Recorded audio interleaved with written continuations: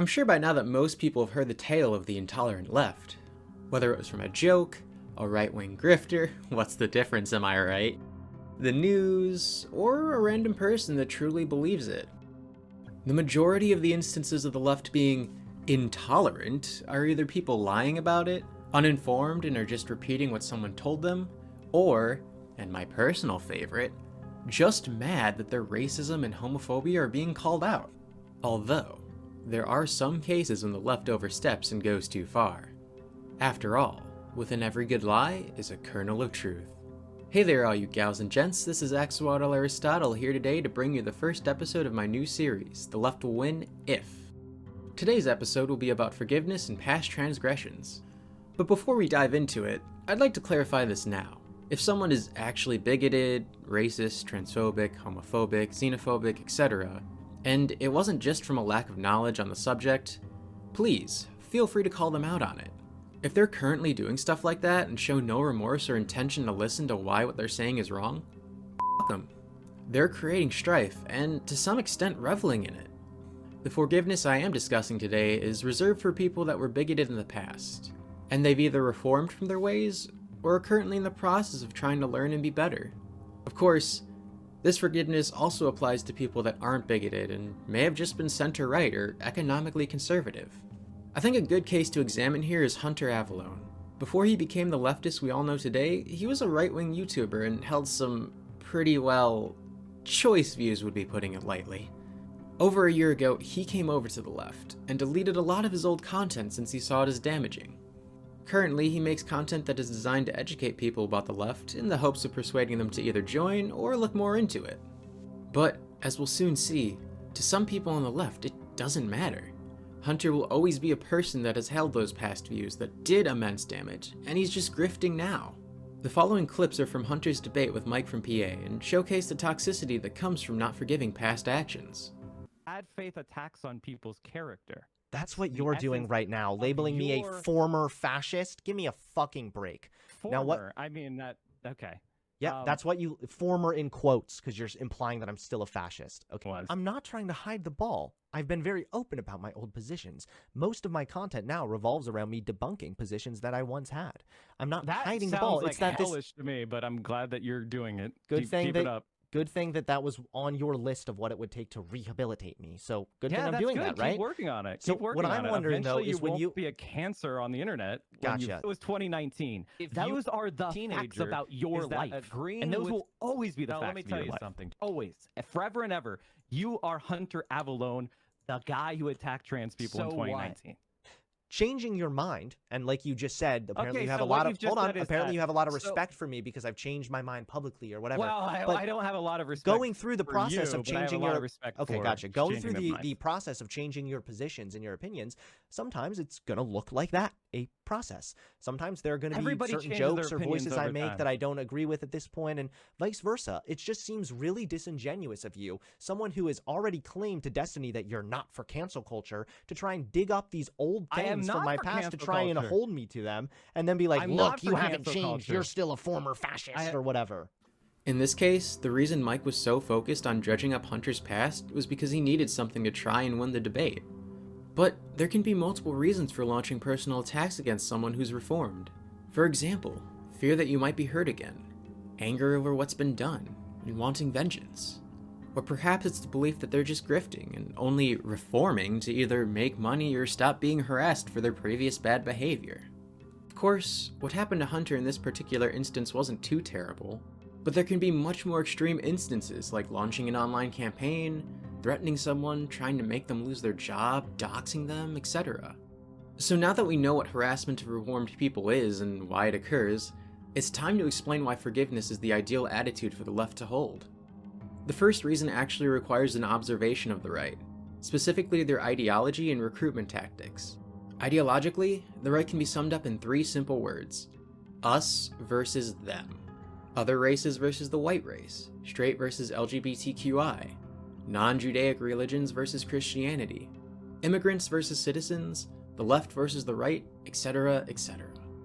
The left really plays into that last part of the narrative at times, specifically when it goes after people that have already reformed.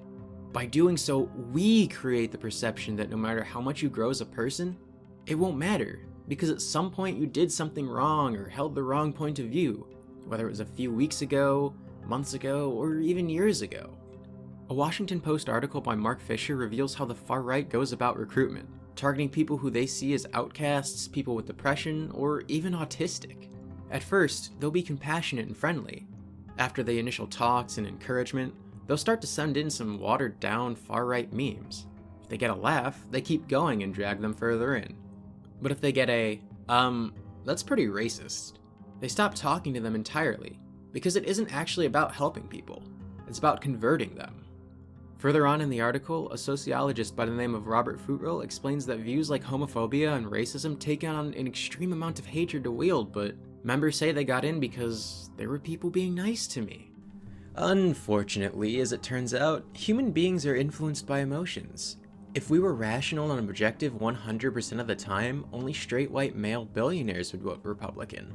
By consciously choosing to exclude, bully, and harass people that are currently trying to reform or have reformed, we do nothing but feed into the right-wing narrative and recruitment program. As Fisher states, before conspiracy theories take root, there is first a bonding process. A creation of connection and camaraderie that encourages members to believe that they'll now be privy to answers that outsiders cannot know or understand. Before people can hold an extreme ideology that takes vast amounts of hatred like homophobia and white supremacy, a connection has to be made. Yeah, it's bad to be homophobic, but if the only people being nice to someone are homophobes, it becomes easier and easier to accept that point of view. It's one of the reasons these extremists target disenfranchised people. After all, the message the left sends by attacking those who have reformed their ways is that we don't want you and we'll continue to harass you. And the right is there, smiling and open-armed, ready to take them back with some nice words. After all, it's us versus them, right? But that's just a practical reason to grow our movement and curb the recruitment of extremists. The second reason forgiveness is a crucial aspect the left should adopt is that it does good, both for the victims and the allies of the abuse, as well as those who have transgressed and caused the abuse. You know, the reformative aspects. In fact, it's really nagged me for quite some time now. The left champions the restorative justice approach, that we should seek to help and reform criminals, instead of treating them like monstrous animals that need to be locked in a cage and only use them for what amounts to be slave labor. But as explained throughout this entire video, when people who have previously held right-wing positions of any kind come over to the left, some of us treat them like monsters. I know that may have just come off as an angry rant to some, but I promise it's relevant, trust me. In her book, Between Vengeance and Forgiveness, Facing History After Genocide and Mass Violence, Martha Minow states that traumatized people imagine that revenge will bring relief, even though the fantasy of revenge simply reverses the roles of perpetrator and victim, continuing to imprison the victim in the bounds of the perpetrator's actions. Satisfaction may never come. We should avoid hatred and revenge, not in order to be unreasonably saintly, but instead to be sensible. Avenging the self can be too costly emotionally by stoking consuming fires of hatred. For the victims of bigotry, economic oppression, etc., it makes sense to occasionally fantasize about revenge. It could even be tempting to lash out against those who have hurt us specifically, or have done actions similar to the people that personally hurt us. After all, the reformed person isn't entirely innocent, it's why they're classified as reformed. But what Minow is saying is that by targeting those people who have reformed, are we not just giving the final victory to the abusers? We become, albeit to a far lesser extent in this case, the thing we hate and ensure the cycle of hatred continues. The right hurts us, we hurt those wanting to change, and then they go back to the right to continue to hurt us even more. It isn't rational. As Minow writes, the act of forgiving can reconnect the offender and the victim and establish or renew a relationship. It can heal grief, forge new constructive alliances, and break cycles of abuse. As for the transgressors of those actions, whether they're in the process of reforming or are fully reformed, forgiveness is like an injection of antibiotics to treat the infection of hatred, pain, and ignorance inside of them. Minow has also stated that in ordinary, everyday instances of wrongdoing, a reason to forgive arises. For some, when a wrongdoer changes, becomes a new person who repents his or her wrongs, the forgiven must act likewise and be forgiving. Moreover, to be forgiven, one must first acknowledge fault. If both participants play their part, the process can heal the offender and restore a sense of dignity and self-respect to the offended person. Forgiveness is an opportunity to start anew. It mends the wounds of both parties involved. Even if the victim and perpetrator are unable to form a permanent relationship after forgiveness, it's important to note that forgiveness doesn't mean keeping that person in your life. The reforming person will know they're on the right track and be motivated to keep going. We gain an ally, and the right loses one. Forgiveness puts power back into the hands of the victim, because it's their choice alone. Even if the reformed person wants to be forgiven, the previous victim can choose not to give it out. There's nothing the former perpetrator can do about it, and that's okay. Also, if you can't forgive someone, just by choosing not to engage in harassing behavior, you'll still make a difference, and the person will have a way better chance of reforming. There's actually a group called Life After Hate, whose mission is to help right-wing extremists de-radicalize. It's filled with former members of numerous white supremacist groups, some victims of those groups, and people that just want to help. I recommend reading a long and detailed article from 2018, where a former member of the Klan and current Life After Hate members talk about his life experiences in the Klan, as well as what it's like to leave it all behind. It's a fascinating read, and I'll leave a link down below.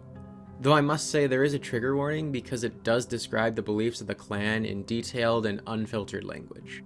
So, that was my argument on why the left should adopt a policy of forgiveness and a cessation of harassment against those who have reformed. If you're someone who's made some questionable choices in the past and have or are trying to reform, but you're still getting harassed, please reach out to me. I will gladly be your ally and talk with you about your questions and concerns. I don't have that much influence, but I'll do what's in my power to get the harassment to stop. Thank you for watching. If you enjoyed this video, please don't forget to like, subscribe, and comment. I also have a Patreon if you wanted to support this channel even more. There are numerous tiers and rewards like having your name at the end of my videos. Making educational content like this is a blast, and I can do it on a much more consistent basis with your support.